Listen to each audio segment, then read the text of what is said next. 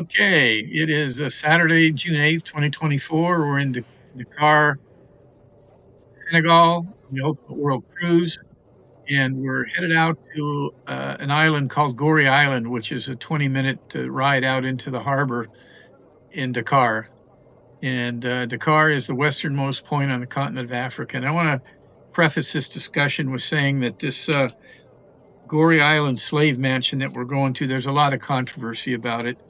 And generally, it's believed that it really wasn't a significant place where people were deported in the numbers that they report here, but it is at least representative of the kinds of places that the slaves were stored, although they may not have been in this particular exact house. This house that we're going to was built in the 1770s, and the slave trade was supposedly ended in 1807 by the French. So was only there for 30 years, and some people think it was just a private residence, but they use it as a place to memorialize the slave trade and the horrible thing that it was. So just keep that in mind. Kind of take what they say as a grain of salt. You'll be hearing the tour guide give us some information which is historically inaccurate. Anyways, we're getting off the ship. There's these kids playing near the shore, there, the dock, diving for coins. And it was fun to watch them. I used to do that when I was a kid. And on the way back, I threw $1 out there, and it was a mass swimming contest. Anyway, here we are. Goree Island is a UNESCO site, and it's inhabited by somewhere around 13 to 1,600 people now, something like that. And one of the reasons that it's a UNESCO site is because it has some historically accurate colonial architecture out there. Kind of a fun place to walk around. It's not a very big island. You can cover most of it in probably an hour or so. There's a fort on there that it's a round fort that we didn't get a chance to go see, but it was used to protect the island. So we had lunch at a small restaurant, and then we took a walk down this street towards uh, what they call the slave mansion. And they said that there were a number of these places on the island, and there very well could have been back in those days, but they report this number of 15 to 20 million slaves, and it's totally inaccurate. And it's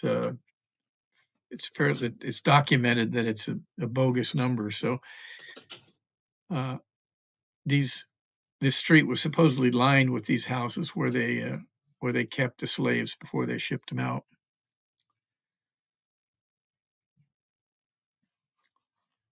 Anyway, here's the house, and we'll go in and take a look.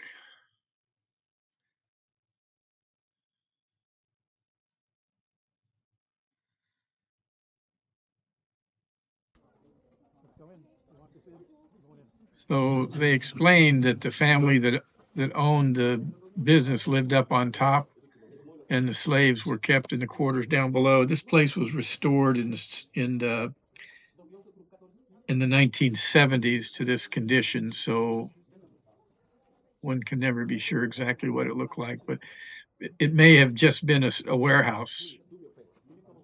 But when it was restored, they claimed that these were slave quarters down below and the owner's quarters up above.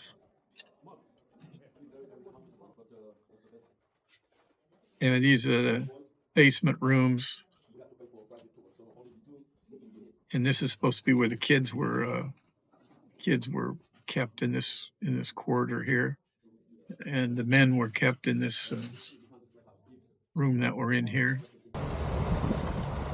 This is looking out the back of the house. They claim it's where the slaves were loaded onto the ships, but whether that happened or not at this particular location, we don't know.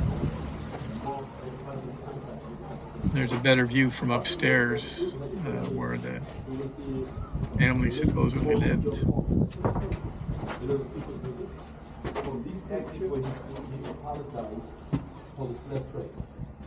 Asking for forgiveness to all those who had taken part in it including the Catholic Church, the Catholic missionaries, who accepted the African bondage as a natural order of things. The Of guy's course, name is not Omar. all He's of the it guy in were the white shirt Satanists, up of there. course.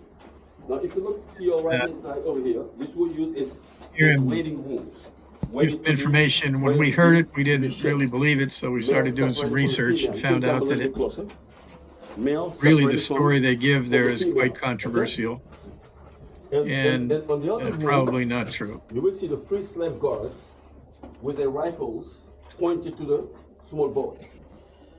Because at every shipment, there was a lot of slaves who tried to escape. They talked about how many Diving into slaves the tried to water. escape during Unfortunately, shipment, they and were put they to ended up with rifles even pointed out going those further windows because they were either shot by the to African to guard shoot or them in even by case they what? jumped.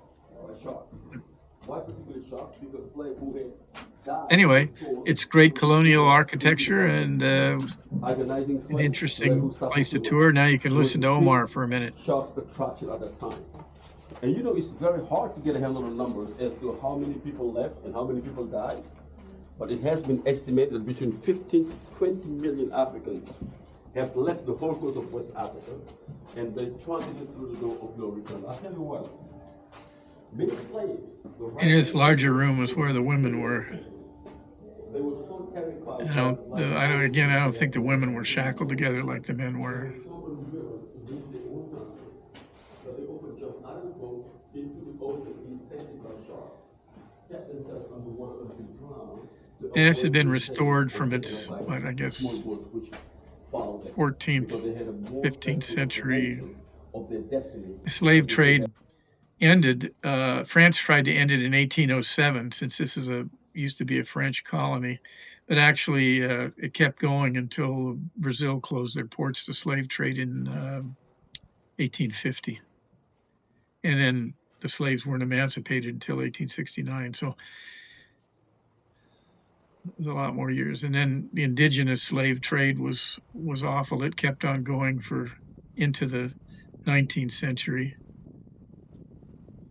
But anyway, this is the view from the upstairs in the back, where the family that owned the place would have lived.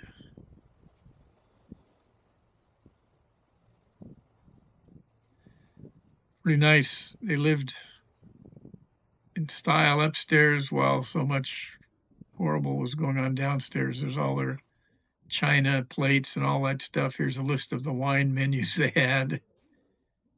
It was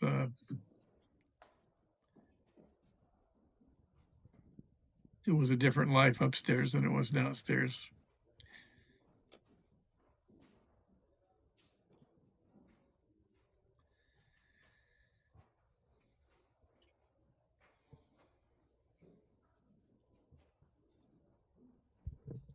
There's a replica of, I guess, one of the slave ships, although it didn't match the description that I found for them online. Usually they had decks with grating on them, and the slaves were stored below decks for 18 hours or 16 hours out of the day, and they got to come up on deck for 8 hours.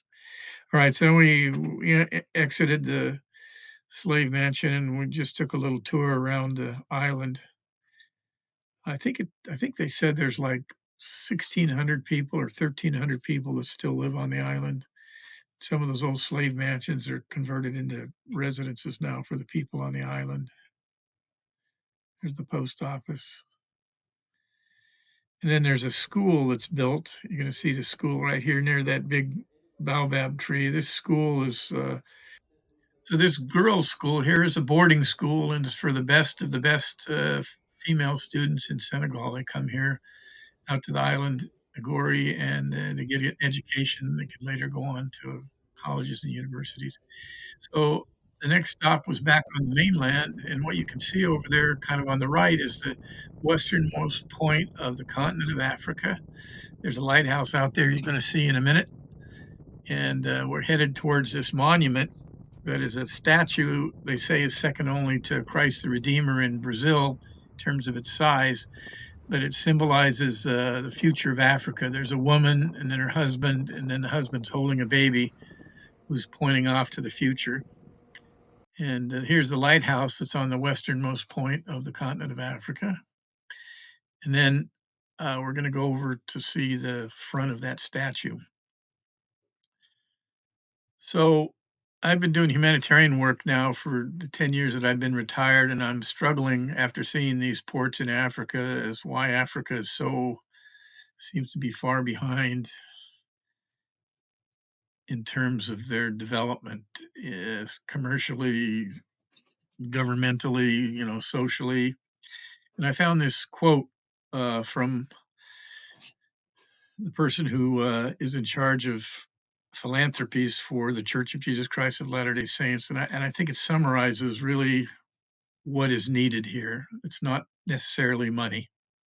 Sharon Eubank, Director of Charities for the Church of Jesus Christ of Latter-day Saints, recently spoke concerning the humanitarian aid efforts in Africa. She said, quote, "I am occasionally asked, why doesn't the church spend more money on humanitarian work?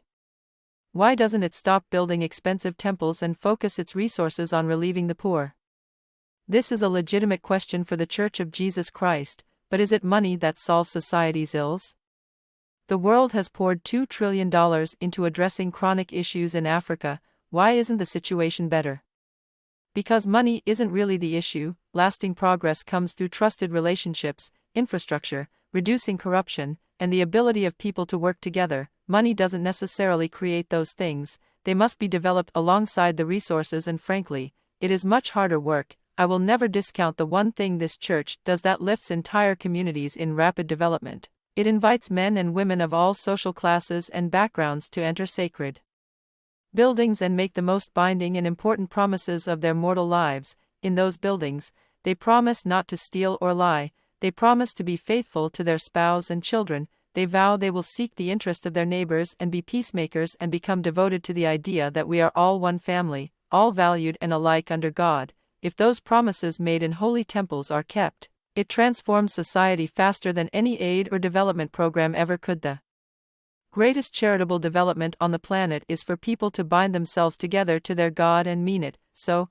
thank goodness the church builds 355 temples and counting. It is the greatest poverty alleviation system in the world. The most important thing you can do as a humanitarian is to keep your covenants with God. The second most important thing you can do is to connect in goodness with others around you." Unquote.